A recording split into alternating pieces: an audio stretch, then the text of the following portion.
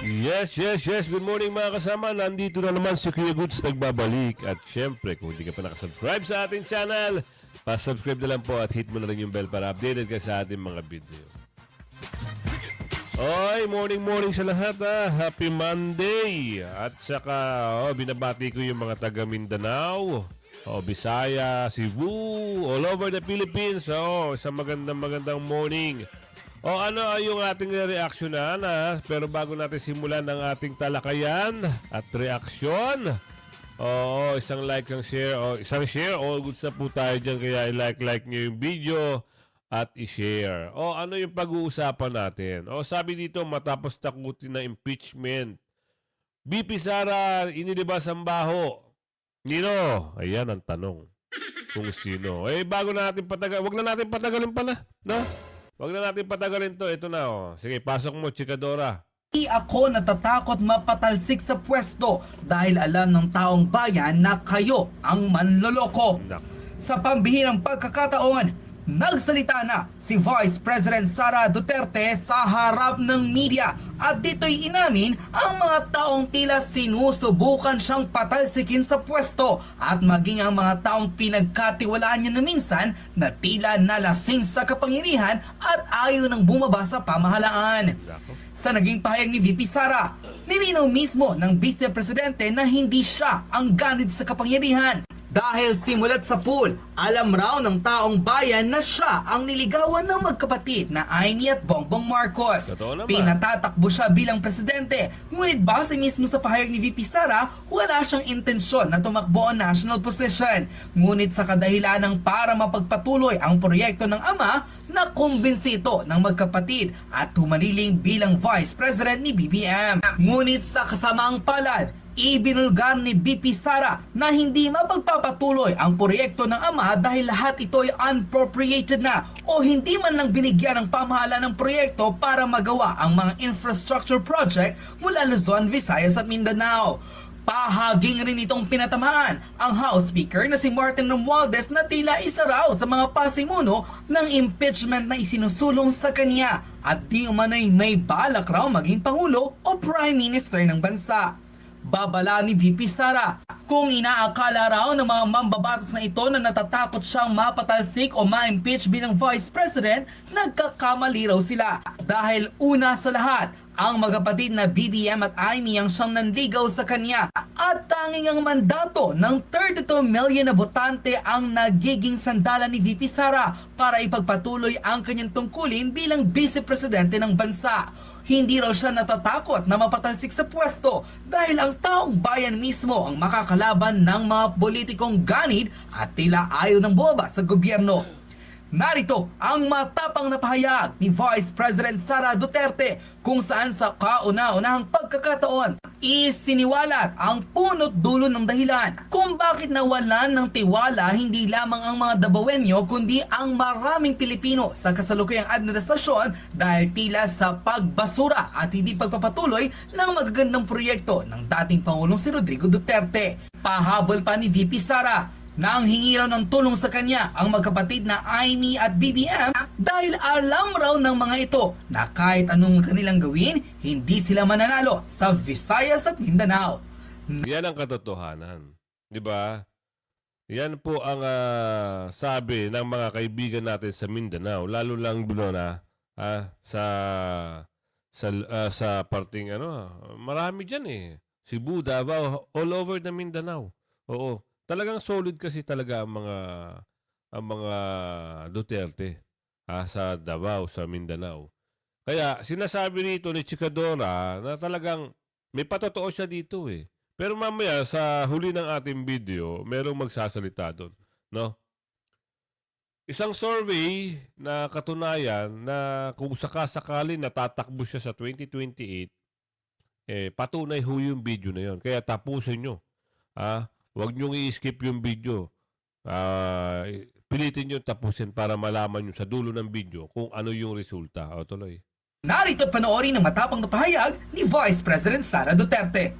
Panoorin ang full video. Lumapit na sa akin yung magkapatid na Marcos. Sabi nila, hindi kami mananalo kung hindi mo tutulungan kami sa Mindanao at sa Visayas. Sabi ko sa kanila, okay, sige, dahil maraming big ticket project si Pangulong Duterte sa Davao City, sa Mindanao at sa ibang lugar pa ng ating bansa na gusto nating papatuloy. Kaya nga, di ba, tumakbo kami on the platform of unity and continuity na hindi natin nakikita ngayon na saan na yung mga big ticket projects. Wala na lahat. Wala. Na hindi natin nakikita ngayon na saan na yung mga big ticket projects. Wala na lahat. Wala na rin. Pagkaalisin nila ako dito or impeach nila ako, hindi kawalan sa akin. Tumakbo lang ako dahil kailangan mapatuloy yung development sa Mindanao, sa Visayas at sa Luzon. At naisip ko at that time, if I am Vice President, patututukan yung mga proyekto na yon na wala na rin lahat ngayon dahil unappropriated na sila lahat. Wala na rin lahat ngayon dahil unappropriated na sila lahat. I do not regret. Totoo naman. Kasi yung budget ng railway project dyan sa Mindanao, ayon sa balita, parang hindi binigyan ng budget ngayon 2025. Bakit? Ang tanong. Kaya dapat mapaganda ang Mindanao. Mindanao na nga lagi nakukulelat. Itatanggalan pa ng budget. Ano ang nangyari? Diba? Yun ang mga katanungan ng ating kababayan dyan sa Mindanao. Lagi nyo na lang kami kinukulelat. Dapat nga, 'di ba? Dapat pare-parehas lang. Alam nyo, pag na-develop ang Mindanao, mas maganda pa 'yan sa Maynila. 'Yan ang katotohanan. Hindi nyo, ang daming lugar na maganda diyan sa Mindanao. Andiyan pa yung mga resources. Andiyan pa. Hindi ko lang alam kung ano mas malaki, Mindanao ba o yung Luzon. So, bigyan nyo na lang po ako ng komento kung nalalaman nyo yung mga ganyong bagay. Kasi hindi ako familiar kung mas malaki ang Luzon o mas malaki ang Mindanao.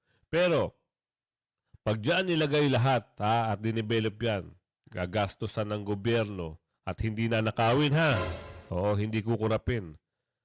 At ang magde-develop ay mga British. So, ang mangyayari dyan, mas gaganda yan. Baka maging mala Singapore, mala Hong Kong, alam niyo yung magandang lugar na Asian pero dinevelop ng mga puti. Oo. Ganyan, magiging ganun, kaganda. Tapos maayos pa yung tao, disiplinado, lalo sa Davao. 'Di ba? Walang mga durobong pulis, bihirang-bihira. Walang mga akyat bahay, bihirang-bihira kasi takot So, ganun dapat. Tuloy natin 'to. Regret running for Vice President kasi imagine niyo kung ako mayor ngayon at hinahabol-habol nila ako dahil alam nilang pwedeng tumakbo ito sa 2028. Hahabulin nila ako. Alam niyo, kahit matanggal nila ako as Vice President, hahabulin nila ako until the day na maupo nila sa 2028. Ano ba sinabi nila? Huwag kami matakot. Hindi kami takot. Hindi kami takot. Sumasagot lang kami sa kanilang mga atake. At gusto lang namin ipresenta sa taong bayan ang isang perspective na ginaganito kami dahil we are a threat politically and for power. Kung hindi naman ako tumakbong Vice President, mayor ako, hahabulin pa rin ako mayor ako. 9 years old until today, wala akong ibang universe kundi pag-aaral nung ako'y nag-aaral pa and politika nung natapos na ako nag-aral. Wala akong problema maghiwalay tayo sa politika. Diba? Kasi hindi naman talaga natin ma-define kung saan tayo bukas sa politics. Hindi natin alam kung saan tayo papupunta bukas. Wala akong problema. Maghiwalay tayo lahat. Diyan kayo lahat. Dito ako mag-isa. Pwede naman tayo maghiwalay sa politika Huwag lang maging bastos. Thank you. Pwede naman tayo maghiwalay sa politika Huwag lang maging bastos. Totoo naman yan. Oo. Alam mo, politika lang yan. Sabihin, ang kagustuhan lang ni BP Sara dito ay maayos yung proyekto. 'Di ba? Matuloy yung proyekto. Matuloy yung sinimulan. Ang kasi nangyayari sa bansa, mga kasama, ganito lang kasimple ang sagot. Pag natapos ng isang pangulo yung termino niya at mayroong bagong pangulo, ang nangyayari, hindi na pinagpapatuloy yung mga ginawa at nasimulan. Wala na. Back to zero ulit. 'Di ba? Ang kagustuhan ni BP Sara na maging maayos ang proyekto ng kanyang ama at may pagpatuloy, Yun. Politika is politika. Pero yung personalan, naku po. Yan yung mga bagay-bagay na mga katanungan at tinatanong ng ating kababayan dito. O ano pa ito? Naku po, ito na. May mga survey dito eh. Ibang klase yung mga survey dito. Nakakagulat Kung halimbawa tatakbo si BP Sara sa 2028, ano kaya ang mga sagot ng sambayanan? Ito ay survey sa kalye. Oo, merong mga sagot dito. O saan to? San Agustin Street, Tansa, Cavite. O, layo na napuntahan, Tansa. Ano yung mga paliwanag at sagot ng taong bayan? Pasok mo, kuya! Bossing, okay, survey lang. Kung ngayon yung election ng presidente ng 2028, sino sa dalawa yung pipiliin mo? Si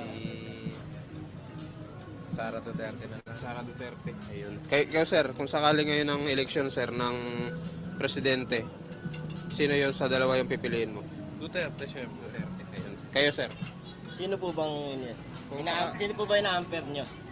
yung dalawa, kung sakaling tumakbo ng presidente sa 2028, sino sa kanilang dalawang pipiliin? Romualdez, tsaka Duterte. Duterte ako, siyempre. Thank you, thank you. Dito Sir, okay pala. lang survey. Kung ngayon yung presidential election ng presidente, sino sa dalawa yung pipiliin mo? Sara or Martin Romualdez? Wala. Undecided. Kayo na. Kung ngayon yung election ng presidente, sino sa dalawa yung pipiliin mo? Sara or Romualdez? Bahala na po sila. Bahala na, yan. Undecided. Sir, okay lang survey. Pili ka lang sa dalawa. Ayaw. Boss, survey lang. Kung ngayon yung eleksyon ng presidente, sino sa dalawa yung pipiliin mo? Sara or Martin Romualdez? Sara, boss. Sara, thank you. Ma'am, okay lang ma'am, survey ma'am. Kung ngayon yung election ma'am, kayo sir. Ayun. Yung ads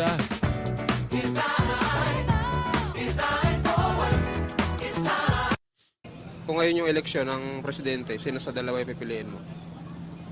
Sara or Romualdez? Wala. Ayun.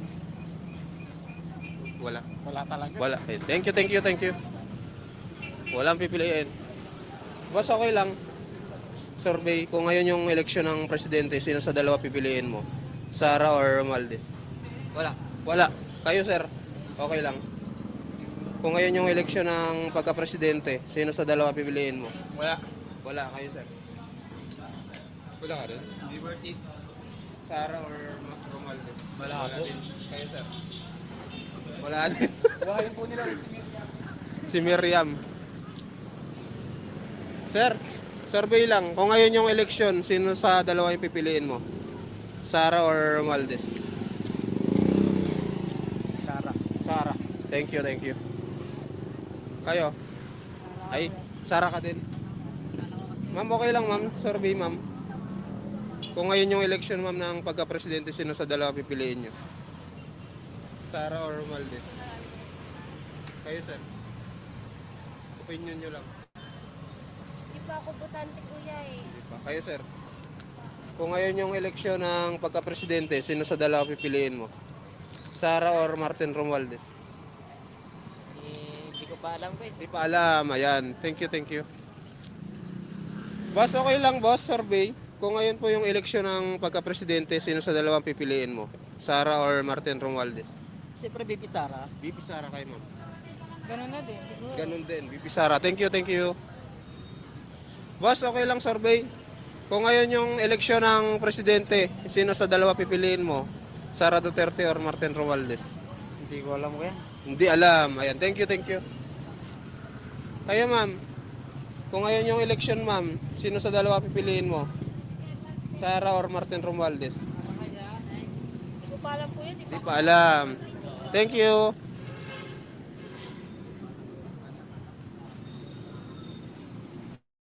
Sir, okay lang, survey, sir. Kung ngayon yung election, sino sa dalawa pipiliin mo? Ng pagka-presidente? Sara or Romualdez? Sara ako. Sara, thank you, thank you.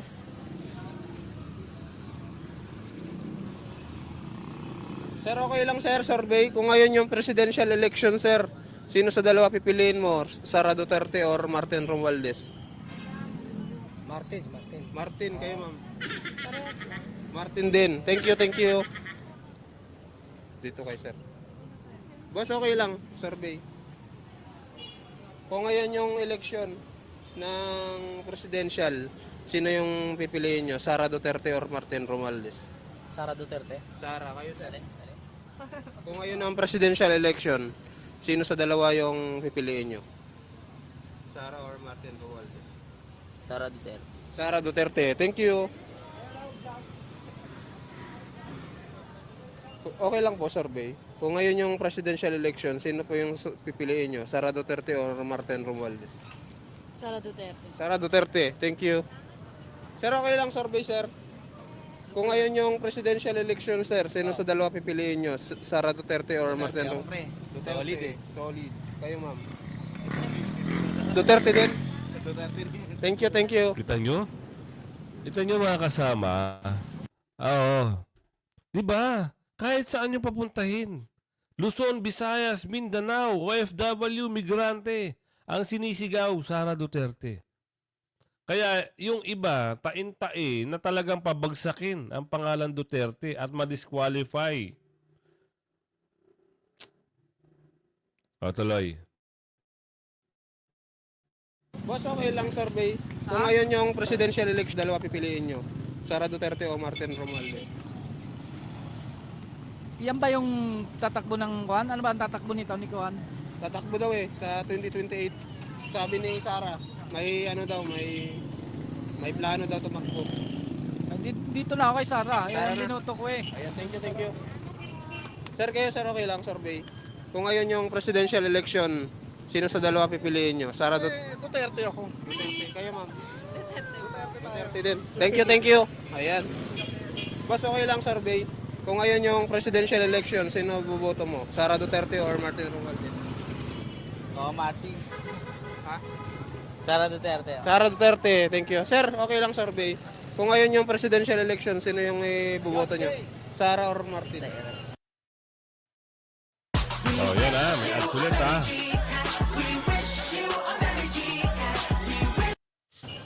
Wala pa akong ano eh. Wala pa. Ay, bata pa. Sir, okay lang, survey. Kung ngayon yung election, sino iboboto mo? Sara or Martin Romualdez? Sara. Sara, kayo sir. Sara, boss. Sara din. Kayo sir, kung ngayon yung election. Landslide. Sir, okay lang, survey. Kung ngayon yung election, sir, ng presidente, sino iboboto mo? Sara Duterte or Martin Romualdez? Wala pa, sir. Wala pa. Undecided. Thank you, thank you. Ilang minutes na kayo? Landslide mga 7. kasama, no? Tambak na no, Sara. Tayo, okay lang, survey. Kung ngayon yung eleksyon ng presidente. Yun, ayaw ni tatay. Ma'am, okay lang, ma'am, survey, ma'am. Kung ngayon yung eleksyon ng presidente, sino yung iboboto mo? Sara Duterte or Martin Romualdez? Sara. Kayo, sir. Survey lang. Sara din. Sara din. Sara din. Thank you, thank you. Sir, okay lang, survey. Kung ngayon yung eleksyon ng presidential, sino yung iboboto mo? Sara Duterte or Martin Romualdez? Sara Duterte po. Sara Duterte. Kayo, sir? Sino po, sir? Ha? Sino daw bubutuan Sino iboboto mo kung sakali ngayon ang eleksyon ng presidente? Si Sara Duterte or Martin Romualdez? Sara Duterte. Sara Duterte. Thank you, thank you. Sir, okay lang, survey. Ito mga kasama, isang patunay lang ito na talaga po marami talagang naniniwala sa mga Duterte. Ano? Kahit patuloy na siraan ng siraan ng siraan ng sinaraan, sabi ko nga sa'yo, mamamayag pag iangat ang pangalan. Eh. O tuloy. Kung ngayon yung eleksyon ng pagka-presidente, sino iboboto mo? Sara Duterte or Martin Romualdez? Sara. Sara din. Thank you, thank you.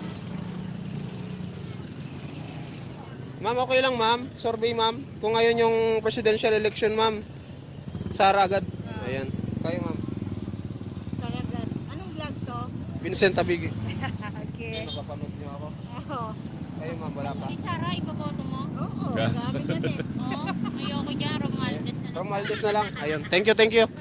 Romualdez na lang.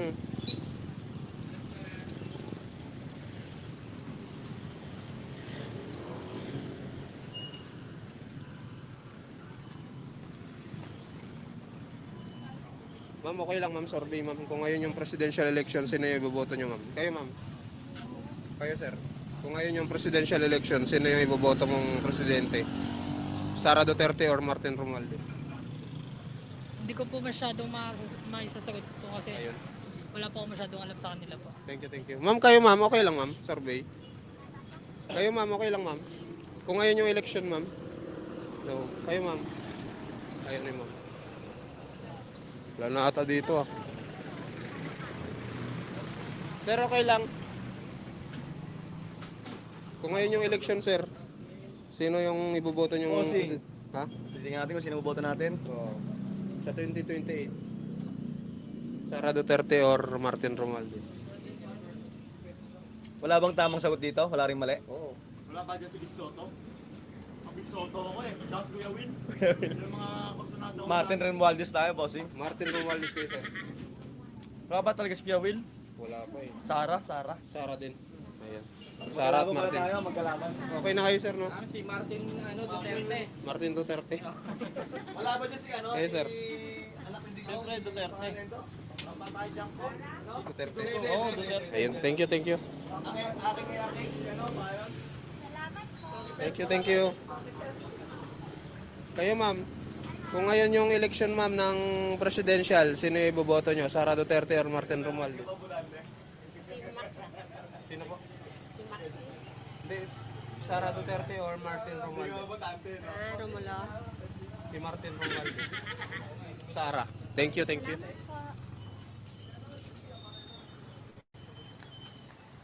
Sir, okay lang, sir. Tuloy lang natin yung video ha. Tapusin nyo para malaman nyo kung sino yung panalo sa survey kasi dito pa lang lagpak na eh.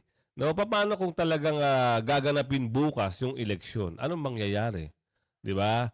Kahit magkaroon ng maraming ayuda, akap, tupad. Anak ng bugi. Ito ang resulta. Ngayon yung presidential election, sino po yung iboboto niyong presidente? Sara Duterte or Martin Romualdez? Sara Duterte. Sara Duterte. Thank you. Sir, kayo sir, okay lang survey. Kung ngayon yung election ng pagka-presidente, sino iboboto niyo? Sara Duterte or Martin Romualdez?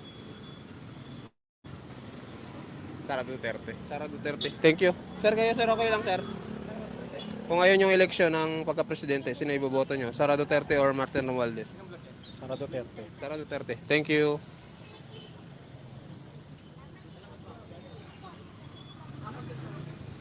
$30 tapos 4. Ang layo, di ba? Hindi man lang naka 2%. Sir, okay lang survey.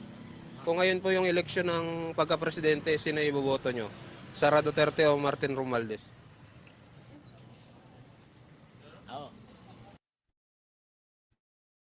So, yun ha. Ulit.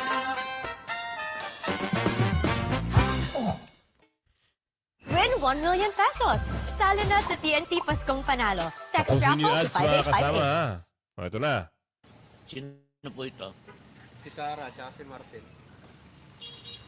Eh, Sara na ako. Sara na kayo. Ayan. Kayo, sir. Bakit po? Kasi ano eh, naano siya eh. Pag siya'y inano, ay kasama kami. Thank you po, thank you. Kayo, sir. Narinig nyo mga kasama, sabi ni tatay, pag siya'y inalo, kasama raw siya. Kasama kami. Yun ang talagang sigaw din ng mga kababayan at talagang sumusuporta. O tuloy. Ganun din, Sara din. Solid, Kayo, ma'am. di ba? Sara din. Thank you, sir. Salamat. Solid. Ma'am, kayo, ma'am. Okay lang, ma'am, survey, ma'am. Kung ngayon yung presidential election, sino yung iboboto niyong presidente? Sara Duterte or Martin Romualdez? Sara. Thank you, thank you. Sir, okay lang sir, survey. Kung ngayon yung election sir ng pagka-presidente, sino iboboto nyo? Martin Romualdez, sir. Sara? Oo. Ayun. Thank you. Ma'am, okay lang survey. Kung ngayon yung election ma'am ng presidente, sino iboboto nyo? Sara Duterte o Martin Romualdez? Hindi ko po alam. Hindi alam. Ayan. Thank you. Thank you.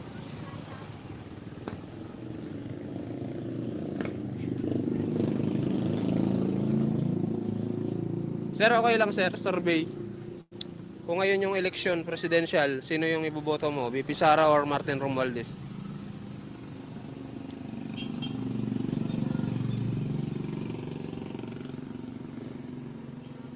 Wala. Ang ano yan? Kung sakaling tumakbo sila sa 2028, sino sa kanila iboboto mo ng pagka-presidente? Sara Duterte o Martin Romualdez? Yun na, Romualdez na lang. Romualdez na lang. Ayan, thank you, thank you. Ilan na minutes na yan? 13. Okay na yan, Miss. Yan mga kasama ha, dito na siguro natatapos. So tingnan natin lang, papaliwanag siya dito eh. Kita na natin sino panalo eh. Ayan, kasi wala ng tao eh. Doon kami, lilipat kami sa kabila. So, yun. 25.5 yung lumabas sa tawas. Kaya alam nyo na mga kasama, kahit gawan pa ng kung ano-ano, lalabas at lalabas ang katotohanan. Kaya naman ginagawa nila to ng paraan na magkaroon ng disqualification. No, kung ano-ano yung ginagawa, kung ano-ano yung sinasabi, kung ano-ano yung pinaparatang, na wala namang katotohanan. Sabi nga doon sa tarot card na napanood nyo noong nakaraan, yung hula na nakalipas na isang taon, halos nagkakatotoo po yung mga binabanggit ng nagbabasa ng tarot doon. No? 'Di ba? Ang magiging panglaban sa kanya yung mga confidential fund. Which is confidential fund, hindi naman talaga confidential fund. Hindi naman talaga kailangan ilabas yan. May paliwanag na rin yan ng COA. May paliwanag na rin yung ibang mga expert. May paliwanag na rin si Ombudsman Martires. Ano pa ang kagustuhan nila? Sabi nila, stick to the plan, ika nga. Kaya yan yung gusto nilang mangyari. Monday ngayon, anong haganapan na naman, baka mayroon naman magsampa ng ipaka-apat na case na naman. Yan yung mga ugong-ugong na naman na baka meron ha.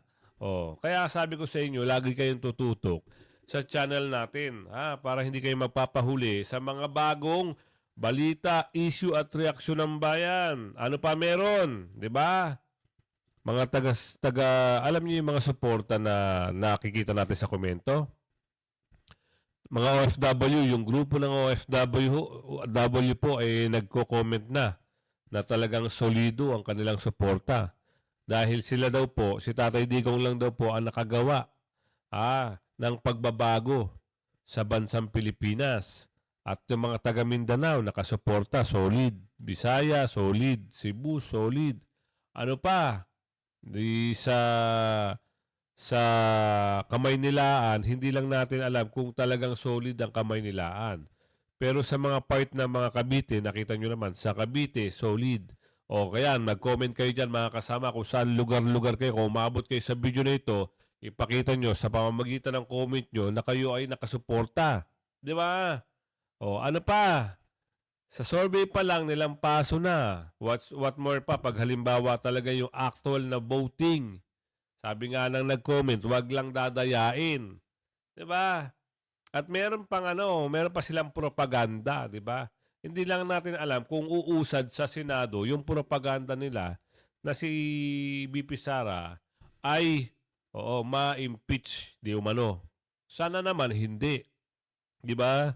Kaya meron nagsabi, be vigilant. 'Di ba? Alamin niyo kung ano yung mga bagay-bagay. Manood kayo ng mga balita sa platform ni YouTube para kayo ay aware. Hindi yung nangangapa-ngapa. Tuwing umaga, gawin nyo. Maging parang isang activity nyo sa tuwing umaga. Pagkagising nyo sa umaga, tingnan nyo kagad yung YouTube channel ni Kuya Goods. Ay, mayroong bagong issue. Tingnan nyo kagad yung YouTube channel ng SMNI at Net25. Ay, meron. Panoorin nyo. Himay-himayin nyo kung ano yung mga nababalita doon. Kasi halos karamihan, kagaya na sinasabi ko kahapon, meron tayong upload. yung mga bagay-bagay na ginagawa ni BP Sara, yung pamimigay ng mga tulong, hindi ho nila binabalita. Kung sino yung mga nagbabalita ng mga, alam nyo na kung sino yun. Basta ini-endorse ko sa inyo. SMNI at Net25 lang. Wala nang iba. Yun po, makakaasa kayo na maayos at makatotohanan yung mga binabalita. Ayan na, kung hindi ka pa nakapag-subscribe sa ating channel, pa-subscribe na lang po, hit mo na rin yung bell para updated ka sa ating mga video. Ayan, huwag kang pahuli sa mga balita, issue at reaksyon ng bayan. Hanggang sa muli at mamaya hapon, meron po tayong upload. Hanggang sa muli, bye-bye!